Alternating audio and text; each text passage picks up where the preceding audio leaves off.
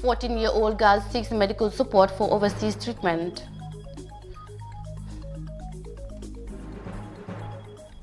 Gambia's judiciary launches maiden rule of law roadmap.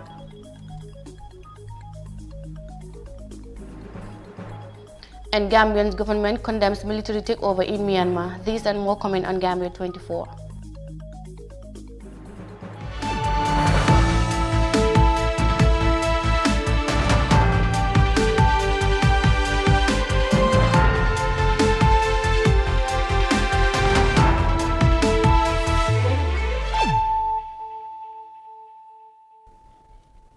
Good evening, this is Gambia24 News Bulletin with me, Mariama Cham. Thanks for joining us, and now the news in detail.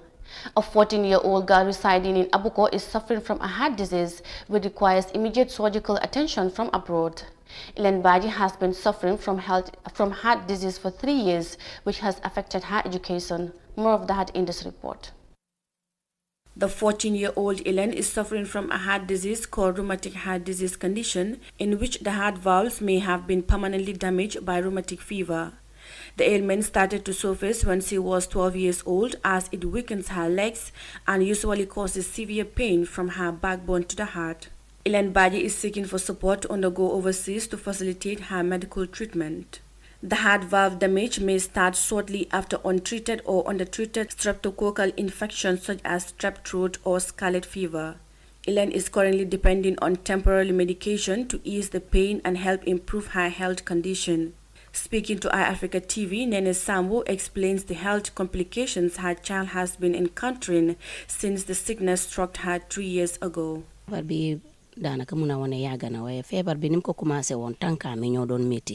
I can say the sickness has been with her a long time ago. It started with leg pain, as she suffers serious pain whenever she comes home from school. So she was struggling with that until the pain reached her backbone, but all this while we have been frequently visiting the hospital. So during one of our visits at MRC, who refer us to Palmer, the Palmer reveals to us that she is suffering from a heart disease. So that is how we have been frequently visiting the hospital. Nene, a mother of 5, said since the passing of her late husband, she has been solely responsible for her family's needs, including Ilen's medical bills. She said due to the economic challenges confronting her family, she is forced to be at work to help ease the situation. The drugs are expensive. Just yesterday, I bought one of the drugs for $600. When I go to the hospital, they only give me 2, then the rest I will have to buy. The rest of the medicine I bought for $300. She eats fruits and sometimes rice without jumbo or salt in it. I'm appealing to everyone to help us treat her. Their father left them with me, so if I don't go to work, we will not have food to eat. If I should get help for her treatment, then I will go to work and help with the family's feeding. The Bajo family is seeking support from individuals, non-governmental organizations, and the government to help their daughter to travel overseas for a heart surgery, which according to them has been disrupting her education. Ilen's medical report highlights her health situation, indicating a weak history of cough and palpitation. The medical report also shows symptoms that are associated with easy fatigability, insomnia, and a recurrent history of sore throat and joint pain during infancy. Reporting for iAfrica News, I am Mariama Cham. A 14-year-old girl there is suffering from a heart disease which requires immediate surgical attention from abroad. Now, following the recent military takeover in Myanmar, the Gambian government has joined the rest of the international community to express its concern over the worrisome political developments in the country that led to the arrest of so many civilian leaders, and calls for their immediate release and respect for democratic norms and processes, according to a statement from the office of the government spokesperson. The Gambian government said it is particularly concerned about the welfare of Rohingya minority group, whose protection from genocide is what it has been seeking in the International Court of Justice, the statement added. The Gambian government also said it is gravely concerned that some military leadership that marginalized the Rohingya has now seized full control of the Myanmar government, and they may launch another so-called clear operation to rid the country of the approximately 600,000 Rohingya who survived the last round of human rights violence. Meanwhile, it reminds Myanmar's leaders that the court's provisional measures ordered in January 2020 are binding on the Myanmar and are demanding that the military officials who have seized power abide by the court's orders and Myanmar's international obligations. Now from there, the Gambia's judiciary has on Wednesday launched a rule of law roadmap for the first time in the country after 22 years of dictatorship. The roadmap provides a robust framework coordinating resources to assist in the justice reform processes. Fatmata Kasim has more details in this report. Rule of law is a principle under which all persons, institutions, and entities are accountable to in a country. The Gambia judiciary has launched the Rule of Law Roadmap, which is the first of its kind in the country. Dauda A. Jalloh, the Minister of Justice, speaking at the event, said the government recognizes that the judiciary and the institutions under its purview were eroded during the previous administration. Despite significant achievements registered in the effective dispensation of justice in the Gambia towards realizing the values that are enshrined in the Constitution, there are still challenges and obstacles that confront the judiciary in its embedded responsibility to administer justice and the rule of law.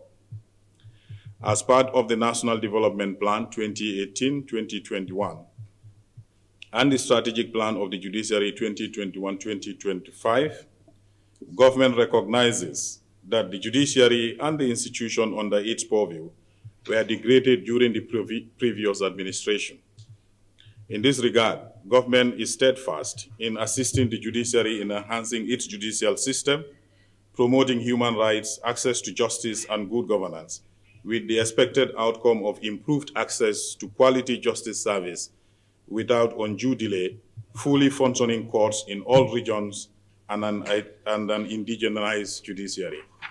Ms. Asata D., the UNDP resident representative, said the roadmap should accord justice to all without distinction, especially to the vulnerable.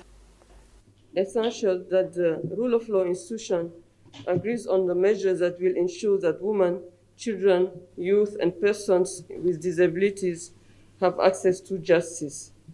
The sector that has looked also into issues that most remote area of the country to make sure that nobody is left behind.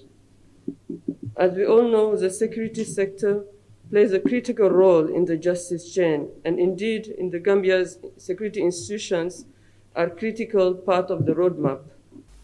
Justice Hassan B. Jalloh, the Chief Justice of the Gambia, said the Gambia is embracing democracy and that rule of law is the foundation of peace and development. We know, all of us, how important respect for the rule of law is. The rule of law is the basis for peace in any community. Without respect for the rule of law, you cannot have justice, you cannot have peace, you cannot have stability, you cannot have progress. The rule of law is the foundation for peace. It is the foundation for justice. It is the foundation for stability and progress. So we need to invest in the rule of law. And investing in the rule of law means investing in justice to make sure that justice is efficient and it's effective, to make sure that law enforcement also is just and effective and fair, and that stakeholders' concerns are taken into account. I think the rule of law roadmap, which has been adopted with the assistance of the UNDP, provides us with a very excellent framework for government action, and action by the general public and also by professional bodies in promoting these objectives. The purpose of the roadmap is to strengthen the rule of law, increase access to justice, and promote accountable governance. It is aligned with the National Development Plan's goal to deliver good governance and accountability, social cohesion, and economic prosperity to Gambians. For Africa News, I am Fatmata Kasim. The judicial system there launches the first ever rule of law roadmap after 22 years of dictatorship, which is geared towards assisting in the justice reform processes. Now, the National Assembly Select Committee tasked for monitoring government projects has intervened to the standoff between the Accountant General and the National Road Authority over the management of the Senegambia Bridge. The two institutions were in loggerheads as to who should manage the bridge services, prompting the National Assembly's Select Committee to intervene on the matter. Let's take a listen in this report. The meeting held at the National Assembly on Tuesday brought together different stakeholders, including the Accountant General, the National Road Authority, the Ministry of Finance and Works, and the Ferry Services to discuss on related matters of revenue collection and the management of the bridge. Since the inauguration of the bridge in January 2019, the Gambia Ports Authority Ferry Services were responsible for ticket collecting and the banking aspect of the bridge, while the National Road Authority (NRA) was responsible for the management and data recording. The Gambia government, in an early resolution, stipulated that the revenue collection from the bridge will be controlled by the Accountant General, while the National Road Authority will be in charge with the management aspect. Mort Cisse, Permanent Secretary at the Ministry of Works and Infrastructure, explains the arrangements that were put in place after the bridge was constructed. After the bridge was constructed and handed over, a temporal toll arrangement was put in place, or a temporal boot collection system was put in place. And at that time, the ferry services only had an appropriate ticketing system, and therefore they were engaged to support the NRA in the interim management and operation of the collecting boot, meaning we will be using the services of the ferries for ticketing and collection and banking, while NRA continue to support traffic management and basic technical matters, and of course to record data and then report on the arrangement. And it has been like that for the past 1.5 years. Now we are at a stage where now Accountant General is taking over that collection, but the maintenance and general operation of the bridge will still be in the hands of NRA. The Accountant General, Modu Laminba, observed that the Public Finance Act stated that the Accountant General is the Receiver General and Chief Accounting Officer of the government. AGBA also added that there shouldn't be differences over the bridge's management program. I don't see any issue. Every sector has its core mandate. Every institution in government has its core mandate. The core mandate of the Ministry of Works is not to collect revenue or to manage the finances of the government. That is the core mandate of the Ministry of Finance and Economic Affairs. So as far as revenue is concerned, it is the mandate of the Ministry of Finance. And the designated responsibility lies with the Accountant General. So for me, really, I don't see any issue as far as this arrangement is concerned. However, the majority leader of the National Assembly raised concerns about the fate of the staff between NRA and the ferries. In response, Abdoulaye Jallow, Permanent Secretary at the Ministry of Finance, said the employment status of staff at the bridge is not finalized, as he explains. As the staff of the ferries of concern, the employment status of the staff concerned have not been decided yet. So the understanding is that they will continue to work and support the Office of the Accountant General until the future status, employment status of those concerns have been determined by the relevant authorities. After a long consultation, the different parties were able to reach a conclusion that the revenue management of the bridge will be under the Accountant General. The Senegambia Bridge, also known as the Trans-Gambia Bridge, is a bridge that links the Trans-Gambia Highway connecting northern and southern Gambia. The bridge lies approximately 10 kilometers south of Farafenni on the border with Senegal. The bridge was inaugurated by President Adama Barrow in January 2019.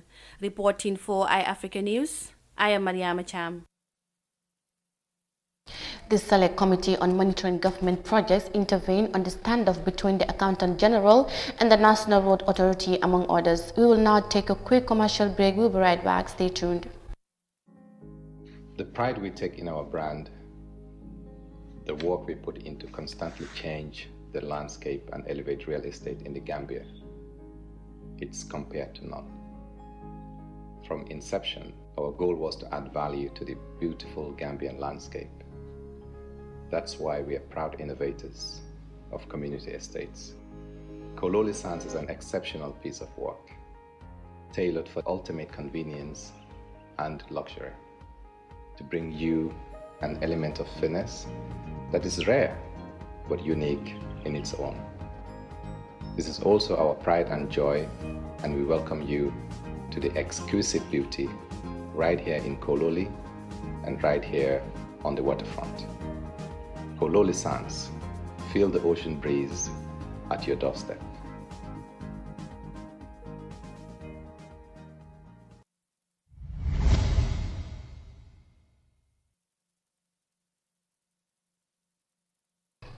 Welcome back, and now to the rest of our stories. 82 law students from the University of the Gambia were on Monday called to the Gambia Bar Association at a ceremony held at the Sadara Karavajawar Conference Center. The event seeks to promote transparency in the legal environment in the country by ensuring access to justice, protection, and integrity of the legal profession is guaranteed. Fatmata Kasim reports. The Attorney General and Minister of Justice has enjoined the law students to at all times uphold the values of the profession by defending interests of their clients and the general public. Dauda A. Jallow was speaking on Monday when 51 Gambians and 31 Ghanaian law students were called to the bar. He said being a lawyer comes with many privileges and benefits, but disregard the notion that it is a money-making profession. Most people have the false notion that being a lawyer is a money-making venture. Let me make it clear that with this profession, the commitment to justice should be paramount. You are never to take advantage of your clients or engage in any manner that has the propensity to put the name of this old noble profession into disrepute. In my opinion, every lawyer is an ambassador of this noble profession and ought to preserve its integrity jealously. As a lawyer, you must also at all times respond to public service whenever the state calls upon you, bearing in mind that the state has also heavily invested in you. Having been newly called to the bar, let me urge you all to have respect for those who administer the law. Your behavior in the courts should at all times be exemplary.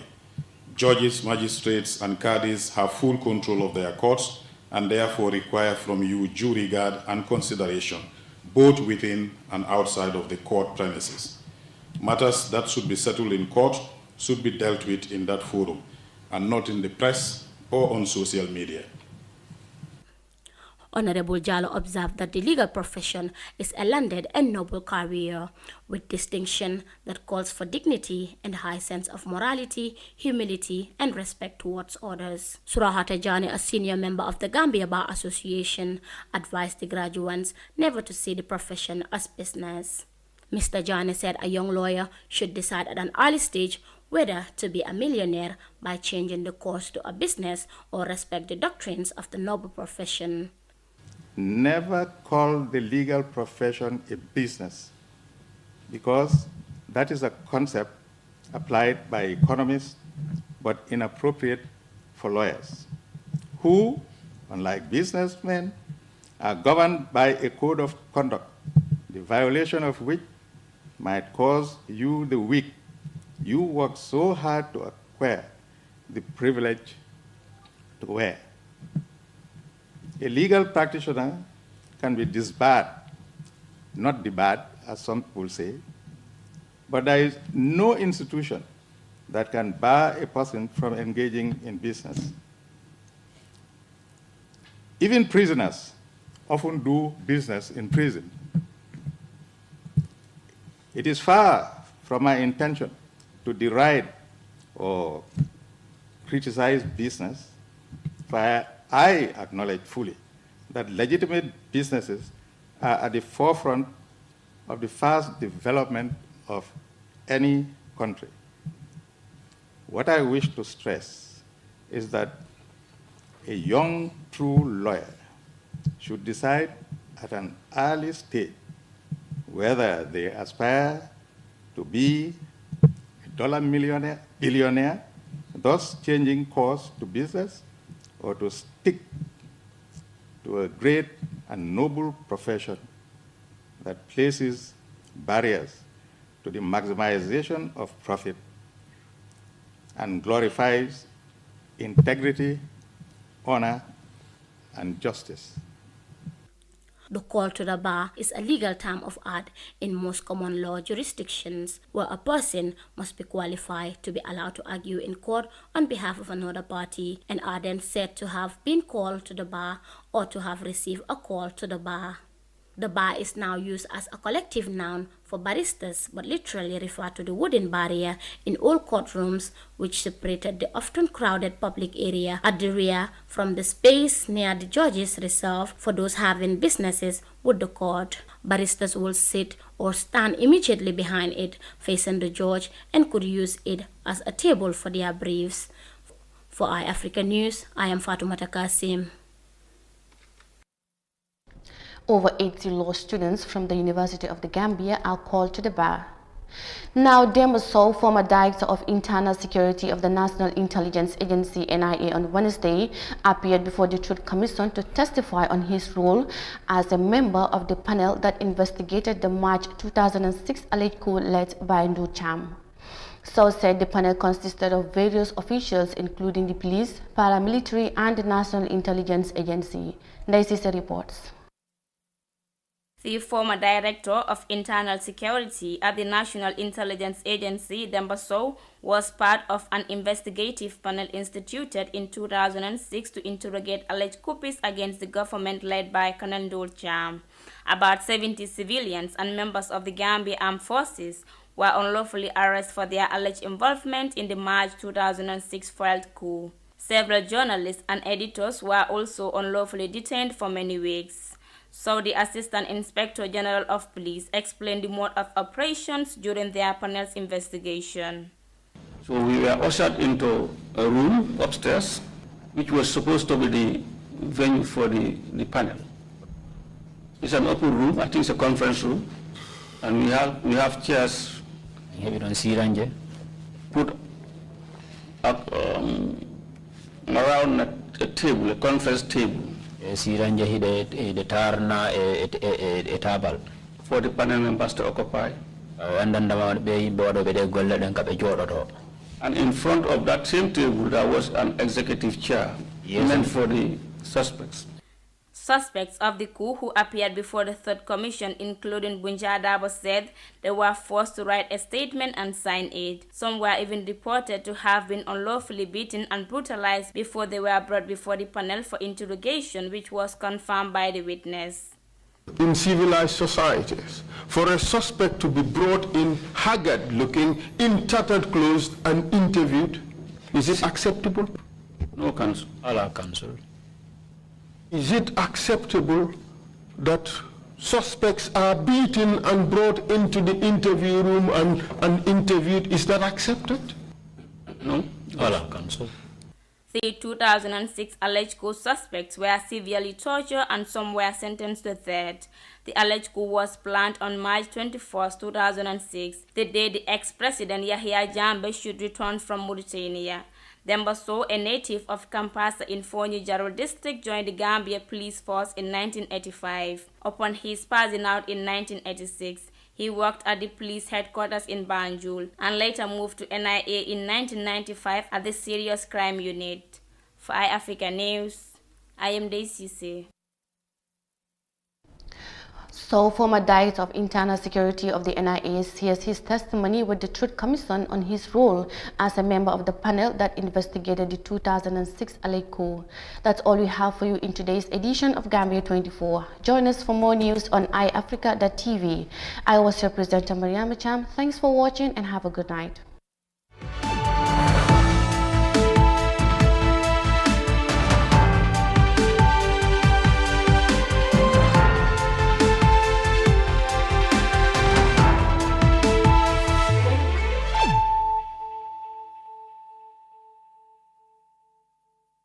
moom dama ne naa ñëw xool si sa tabax gi. ah loolu nag kontaan naa si bu baax. seen nag yow kontaan nga waaye man kontaan.